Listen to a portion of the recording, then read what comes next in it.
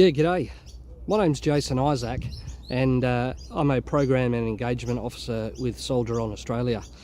And today I'd like to have a chat to you guys about career paths and transitions.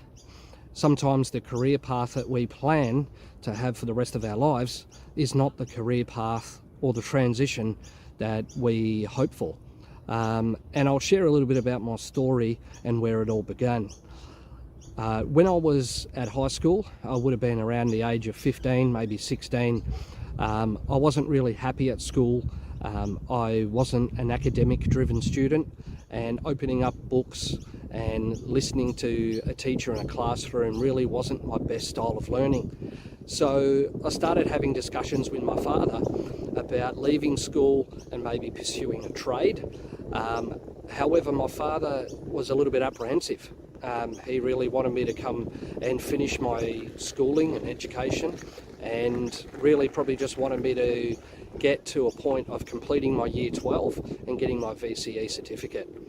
I realistically said to my father, I don't believe I'm going to be able to carry on with schooling that much further. And I was more a hands-on practical learner. So basically, if someone was able to explain something to me, show me what to do, and if I got my hands onto it, then that was my best style of learning. So my father and I made a decision. It was basically an agreement that I would complete year 10, and as long as I had a pass and I had a trade or a job to go to, well then he was happy for me to carry on, complete year 11, and also get a pass in year 11, and then if I had a job to go to, well then I already had the foundation set up from say year 10, maybe working a part-time or a casual job, and then also completing my schooling to finish year 11. The reality is that he wanted me to finish my year 12, but that wasn't going to happen. So during year 10, we had the Australian Defence Force come and do a recruiting drive. And when they come and had a chat to me about this, I really started to listen, because I thought, well, this is a job that I could actually do. I believe that, joining the Army was probably the best fit for me.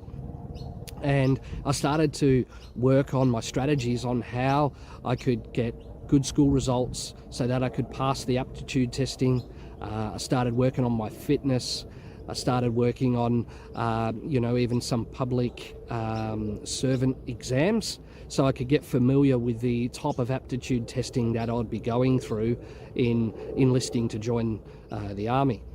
So further down the track, with a lot of study, a lot of fitness, and a lot of commitment, I started to do the aptitude testing, where thankfully I passed. I did the fitness exams. Again, I passed, and I went through the medical exams, and I passed those also. Now, I joined in 1996, and I joined as a general enlistment category, which basically meant that I would be trained as a soldier, but then I was open to any job that the Army would place me.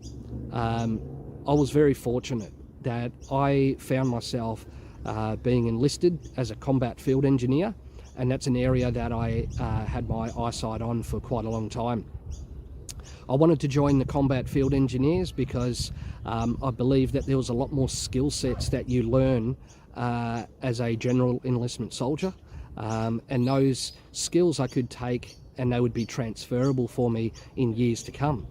However, I never wanted to actually leave the Army. I planned on having a career path, and I planned on serving, until the day I retire.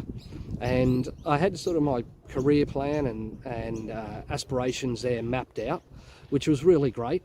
I obviously enlisted at the age of 17, and when I enlisted at the age of 17, I knew that by progressing through my basic training and then into my employment training, and then once I got to my unit, I'd get specialised training. So once I got to the unit, this was probably, about maybe a year and a half in the making. Once I got to the unit, then I decided that, you know, I was going to start to really press in to being a combat field engineer and take on any sort of training and career development opportunities that were available. The problem was that because I was a combat field engineer, there was so much physical demand upon our bodies. I was also part of a paratroop platoon where, you know, we would support infantry with parachuting into various areas of operations, and that type of training and that type of role is really also heavy on your body. So, you know, you can experience quite a lot of injuries. You can experience quite a lot of hardship in physical training just to do your daily job. After probably about 4, maybe 5 years of service, my body started to really break down to the point that, you know, I was operating at a very physical and demanding level. And during one of my service operations, I was seriously injured, where I had injuries to both of my legs. And the Army, they operated to try and get me back. I went through a rehab program. Then, you know, I carried on when, you know, things seemed to be okay. I carried on back in my unit. The problem was that I remained in that unit, and I loved the unit. I loved the job of being a combat field engineer. I didn't really see any other options for myself. I wasn't offered any other options. And at that time, it was just about getting the job done. And I believe that, well, with the Army has a medical system, if they break me, they'll fix me and then get me back out in the field to do my job. And that was a reality for a period of time. You know, I'd get injured, broken, I'll do my job, go through a rehab program, and then they'd send me back out in the field and I'll do my job again. And this was a continuing cycle for many years, until one day the Defence Force said, "You are too broken for us to continue using you as a combat soldier, therefore you are no longer deployable." And you know, that meant that my career was over. There was no other options given to me. I couldn't change to another corps or another function. If you were a combat soldier, your main function was to be deployable for when your country called upon you. And because the military have a medical employment classification, I sat within a category of number 5, which meant that medical discharge was on the cards. So fast forward, my medical discharge came about. Now I questioned the Defence Force and I questioned the Army on their choices to discharge me, knowing that they've invested quite a lot of years in training and equipping me to do my job. I thought that there might have been some other options, like maybe training and mentoring other younger troops that were coming up through the ranks. However, that just didn't seem to be a plausible option. So unfortunately, my career ended. I reapplied to re-enlist after medical discharge multiple times, and the same answers were given consistently. Sorry, you know, Jason, you are medically discharged, you are not deployable, and therefore the Army has no use for you anymore. So you could just imagine the career that I planned on, the future of serving in the Australian Army until the day that I retire, suddenly just fell through my grip. And I started to enter into a place of depression. I had no purpose, I had no meaning, and, you know, I looked at things as being unsustainable. My injuries were still there and they were still niggling at me. However, I believed that I was still functional to be able to deliver in the role that I needed to. It's just that under the military employment classification standard, I didn't meet those needs for deployability. So, I entered into a really big cycle of depression. I lost all sense of purpose, and I just didn't know where I belonged anymore. So I needed a job. I needed to pay bills. The Army said, we'll pay for you to do a resettlement course. And that course was, in security. Now, I had no other options. I didn't get advice or guidance on how I could transition to a civilian job. The military is the only job that I've held, apart from maybe a casual or part-time job, after school, fixing bikes. But the military is the only career choice that I chose and that I knew. So moving forward, I just had no idea how to go about it. I didn't know where I belonged. I didn't know what career choice was going to be suitable for me. And given the skill sets that I'd learnt as a combat field engineer and being a combat soldier, I thought security is the only thing that I really know. So I chose to do a security course. I went and completed a security course in crowd control, in patrols, and then I also did cash in transit, which is where I would use a firearm or carry a firearm, and I would escort money trucks to and from banks and casinos. So here I'm faced with a transition to a brand new career, a brand new working environment. It was a civilian environment. The company I worked for was owned by a public person. They weren't a government organisation, and they would tender for their works. So basically, they would compare their services with other security companies, and they would work out, well, who's going to deliver the best service for the job at the best possible price. So I ended up working with this company for a number of years, where I was an armed escort. There were some like-minded people that I worked with, some former first responders, like police officers or firefighters.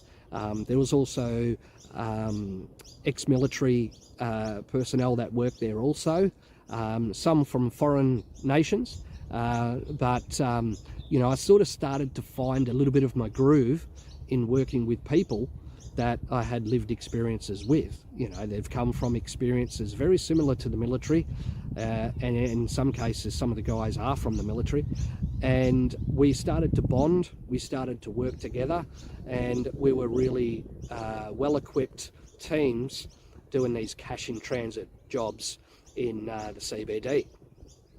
Unfortunately, dealing with a company of this size, and being that it was a private company, it was all about profit and loss. So they were faced with a decision that they needed to let go several members from their team. And any person that was, say, only worked within the company for less than 5 years were handed out redundancy notices. So unfortunately, because I was within that framework, I got handed a redundancy notice, which meant that my career in security suddenly ended. And again, I found myself wondering, where do I belong? What's my purpose? Who will accept me as a loyal employee? And I'd never come from an area of a company that was all about profit and loss. Obviously, I worked with the government in the Australian Army first. So this was brand new in facing this redundancy, because it was down to profit and loss.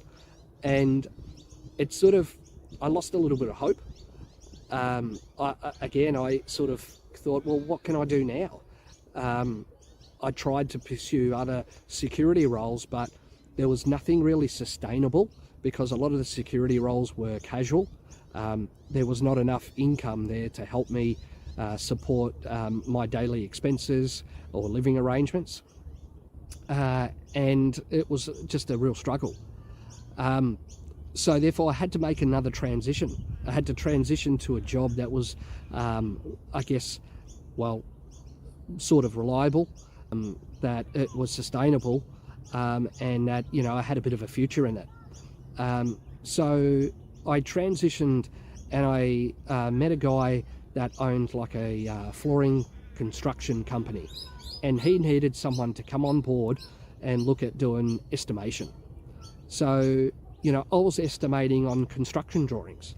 Now, I never have done anything like this before, but he was willing to train me on the job and taught me new skills. But because I also had attention to detail, which is a skill set that I picked up from the army, you know, attention to detail is crucial to everything we did in the army. You had to make sure that everything had its place and everything has its purpose. So having attention to detail as a construction estimator was really a positive and valuable point that he loved. So I spent, you know, probably 11 years working in construction estimating, and it was a great job. I got paid well to do the job. It was sustainable. I mean, I stayed there for 11 years, and then you know, the work ethics were good, the environment was good, and I felt like I was contributing to the company. However, over a period of time, I noticed that, yes, I was contributing to the company by delivering, you know, these construction drawings with accurate estimations. I was contributing to my family by paying bills. I was contributing to our household. I was looking after our family. And these were the focuses that I put upon myself. I thought, well, what about where is my purpose? Where do I get a sense of fulfillment out of what I'm doing? And the issue is that I focus so much on my family and their needs that I started to put all my needs in my back pocket. That caused me to mentally go downhill, not rapidly, but over a period of time. So over many years, I started to really decline in my mental health. I started to really, you know, lack purpose and lack meaning. And then the personality that I was displaying within the workplace and around my community was quite low, and it wasn't happy, and it didn't seem to have any drive or purpose. And I was, to be honest, it was quite negative.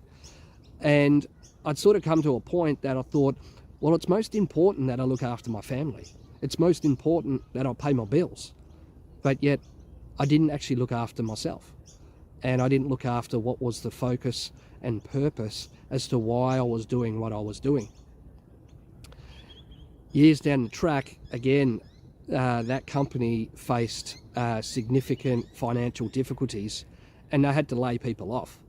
And again, I was another statistic of being made redundant, which again, I didn't have purpose in the job and I wasn't happy.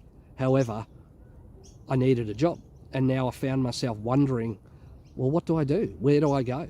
Everywhere I seem to turn and everything I seem to do seems to fall apart, and I don't know what to do anymore. So I actually needed to go into hospital for surgery because of the continuing issues that I had with my medical discharge from the army. So I ended up in hospital. I had surgery on both of my legs, and after the surgery I needed to enter into a rehabilitation program. And I was fortunate that I was introduced to an organisation called Helping Heroes. And Helping Heroes help veterans and current defence members in their phases of recovery from surgery and injury. And they look at three things. They look at your vocation, they look at your physical health and well-being and your rehabilitation in that, and then they also look at your psychosocial goals. So what was happening with me is that I was at home without a job, recovering from surgery. I lost my purpose and I couldn't see where my future was going. And I started to decline really rapidly in my mental health. So Helping Heroes was started to investigate with me on what vocational options there were for me, how they were going to help get me there, and what I was willing to do.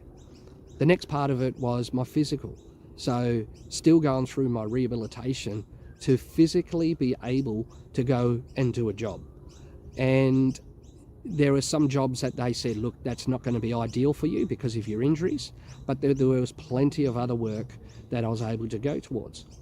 And then the last thing was, because I was at home all the time, they needed to look at my psychosocial goals. So I started to look at like equine therapy. And so I did this equine assisted learning program where I spent 2 months with me and a horse, and we were just learning about each other, but we were learning about the complications that we'd both experienced. You see, this horse was a racehorse that was highly functioning on the field, and it was winning races. But one day it got injured, and it also got mistreated. Once those injuries started, the horse started to lose its value to the owner because it wasn't bringing in the prize money anymore. And there's a similar connection to Defence Force members. When you are highly functioning in your role, you are a highly valuable member. However, if you get injured or you're not functioning at the performance that they need you to, well, then you start becoming a liability. And therefore, you might start heading towards that pathway of discharge, which is what happened to me. So therefore, you know, members will explain it as you being rejected from your government, just like a racehorse that is rejected from its owner. And therefore, we both found ourselves at this property, you know, working together. And, you know, it was an amazing program because I learnt so much more about myself. I learnt how to regulate my emotions, and just the same with the horse. You know, we both were on a pathway of healing and connection. And so in those psychosocial goals, it really helped me start to figure out, well, where am I suited and what things are going to help me progress forward in my life. So Helping Heroes then also introduced me to an organisation called Soldier On. Now, Soldier On is an awesome program they run, which is called the Pathways Program. They also have a help model, which is, you know, for health and well-being. It's for employment services. It's for learning and education. And it also is for participation, like connecting like-minded people, veterans and their families, back within their community. You see, once you leave Defence, your family, your community has now separated from you. And it's not by choice. It's just the way it happens. Though, therefore, you feel like you're isolated. You feel like you're lost and there's no support around you. So the participation side of Soldier On helped bridge those gaps and bring people back together again. So, you know, fast forward a little bit forward, I entered into this program as a participant, and I was working through the process of their help model. Now, I was specifically keen on the employment side of things. So I started with what we called Pathways Officers. And the Pathways Officers would help guide me on different career options. They would provide me with different resources, like connecting me with companies that would be interested in having a chat to me about my skills and experiences from the Defence Force and also the security industry, as well as my construction estimating. So I started looking at, you know, different career pathways, and one really big thing stood out to me was about, well, where do I belong? What is my purpose? You know, what is going to be sustainable for me? And actually, in fact, what is meaningful? So with my Pathways Officer, we started exploring those options. And what I discovered is that I'm really well suited to serving others. I served my country because I joined to serve. I joined to help people. I joined to serve our nation and help others that necessarily might not be able to help themselves. So I've got this calling within myself, which is all about service. Now, I felt that that had been lost when I was medically discharged from the Army. However, we started this process of rediscovering that again. And, you know, I ended up in the program, working on these goals, working on these strategies, looking at ways that I could move forward and find a career that I have purpose and meaning and that is sustainable. So Soldier On let me know that there was a job actually going with them, and it was a job to do data administration. Now, you know, normally I'd probably look at a data administration role and go, yeah, you know what, that's not for me. However, being that it was connected to Soldier On, I said, you know what, I don't care what job I take with Soldier On, I'm going to take it. Because if it enables me to get my foot in the door to help other staff members serve and help our veterans and families, then it's worth it. So I started as a data entry assistant working part-time with Soldier On.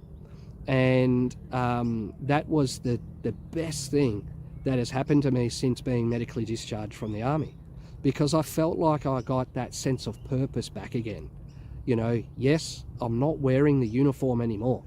However, I am serving members from the Defence Force, from Air Force, Navy and Army.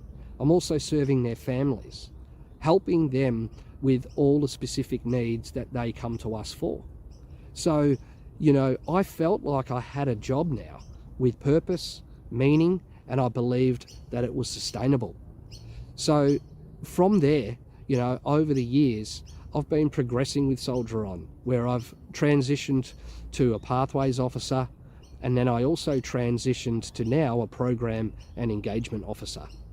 And my point here in this whole presentation today is that the career path that I once believed and thought was going to be my one and only career had changed, and it was out of my control. The next career, it again changed, and that was out of my control. The career after that changed, and that again was out of my control. So now I find myself here working with Soldier On. I have purpose, I have meaning, and I feel like it is the right space for me. And I believe that moving forward in this space, I've found my purpose, I've found my meaning. So if it's with Soldier On for a long career, then fantastic. But if it's not with Soldier On, it will be with another veteran organisation. And it will be supporting and serving our veterans across this nation. Because my whole life is built up now on serving others. And that's my vocational pathway. That is my career. And, you know, I just want to encourage everyone to say that, you know, no matter what your career path looks like, you know, you might be a fortunate person that ends up going into a career and remaining in that career, you know, for the rest of your life. But however, if it doesn't work out that way and, you know, things beyond your control change that pathway, well, then it's okay. It's all about just defining what is your purpose. You know, why are you in the role that you're doing, and, you know, what needs to happen, you know, for you to find that purpose, that meaning, and that sustainable employment.